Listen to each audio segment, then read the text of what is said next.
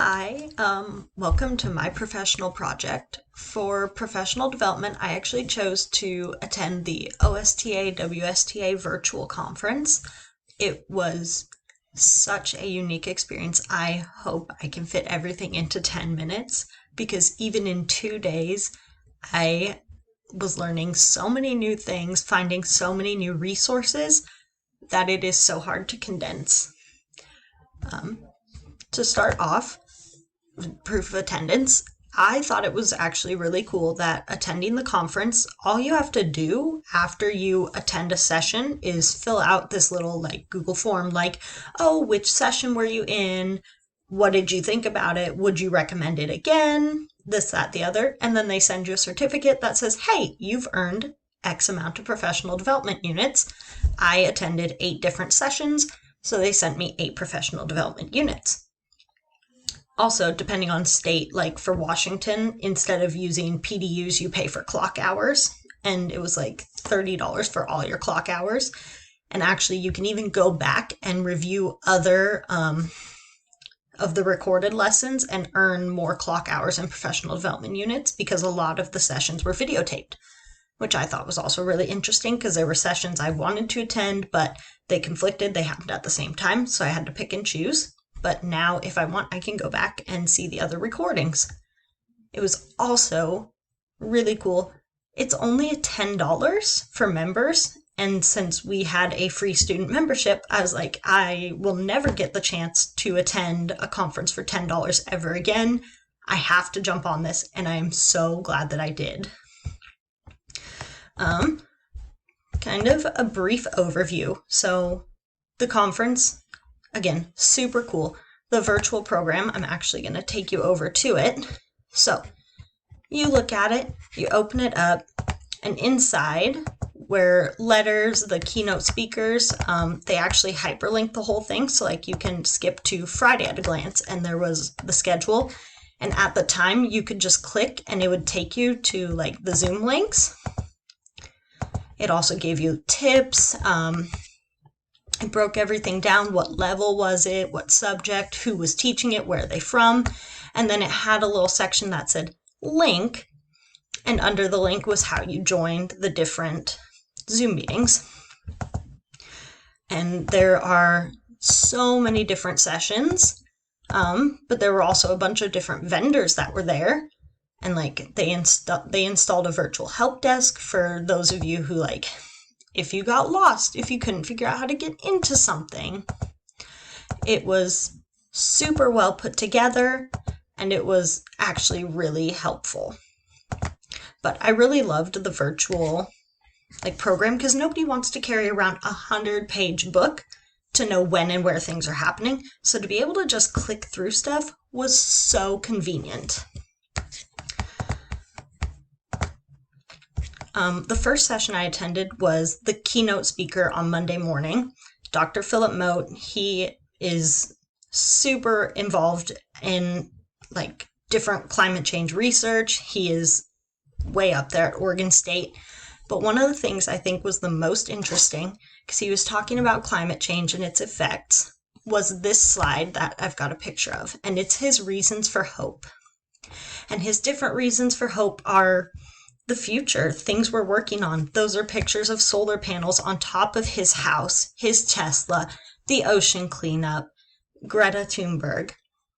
And I just thought that was such a great opening to the conference there, because STEM can seem so dismal, especially when we talk about climate change.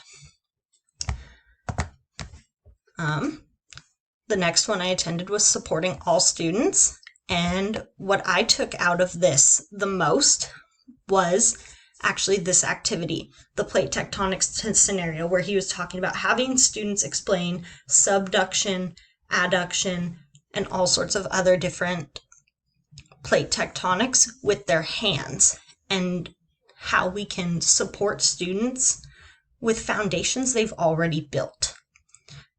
Students who talk with their hands and use different hand gestures to speak are still speaking, even if they're not using words. This was probably my favorite session. Systems are everywhere with Ohkee. My favorite quote out of that whole session, beyond everything else, was that modeling is not a small airplane, but it's a way of thinking and a way of arguing. Because we talked a lot about arguing and how argument is not included in standards up until 6th grade. There are gaps in the Common Core State Standard, and it's our job as teachers to kind of seek out those gaps. The next session that I went to was the keynote speaker at lunch, Noel Schulz, who teaches at Washington State University and spent most of the time talking about perseverance and resiliency in STEM and how some of the key factors, which we already know, to resiliency, especially for girls in STEM, are the pipeline and recruitment. It's imposter syndrome, and she talked a lot about her struggles and getting through that and how she broke into the field and how it's really important that we continue to pave pathways for women and girls into STEM careers. This was another really interesting session. The only picture I have from it is actually this one of a cow, because it's about all students' ideas matter, with Paige Keeley, who created a book series that until I was in the session, I hadn't realized I had used before in class. And I thought that was so interesting once I realized I'd used her materials. She was so interesting. And the most important thing, aside from all of the great information about how to implement probes and how we should pre-test with a probe, teach and retest, was when she said to us, we do not try to fix student misconceptions. We work with student misconceptions. Kind of looping back to, we need to meet students where they are to get them where they need to go. This was another one of my favorite sessions I went to with Emily Ong from Girls Who Code. And I feel like most of this session was not spent talking about coding, even though we talked about kind of the format of Girls Who Code and the importance of their program. We talked so much about just how to get kids interested in coding and how to get them really prepared for a 21st century STEM program. And one of the most important things she said, like throughout the entire talk, was that we should be explaining the why.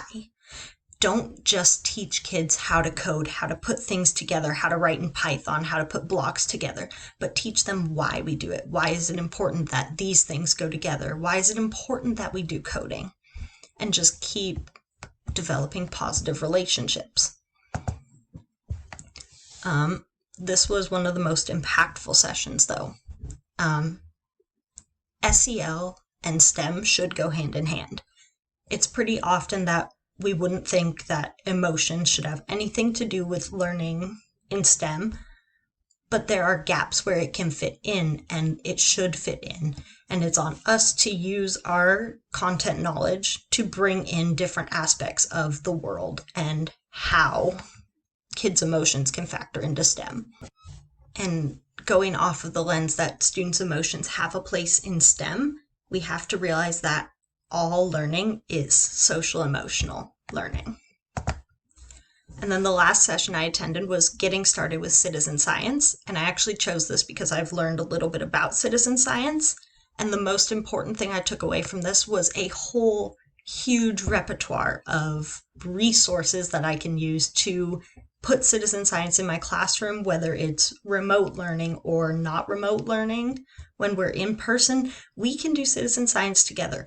We looked at one project that was literally counting squirrels and reporting where you saw a squirrel and how many squirrels you saw.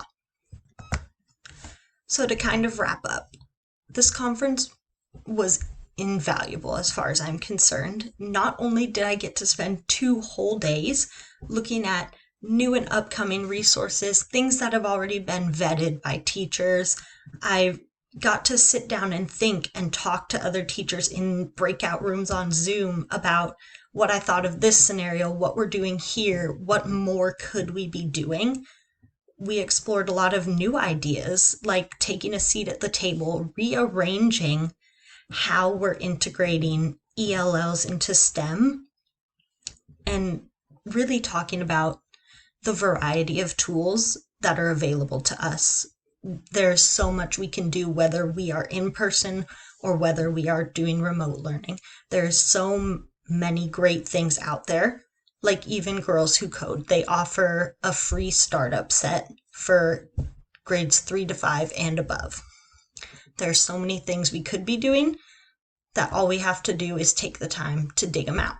And this conference did a whole lot of that for me. So if you ever got the chance, I would highly suggest next year attending the OSTA, WSTA, or if they're separate because we're back in person, picking one of them to go to, because there's so much learning to be done, even in just 2 days. Thanks.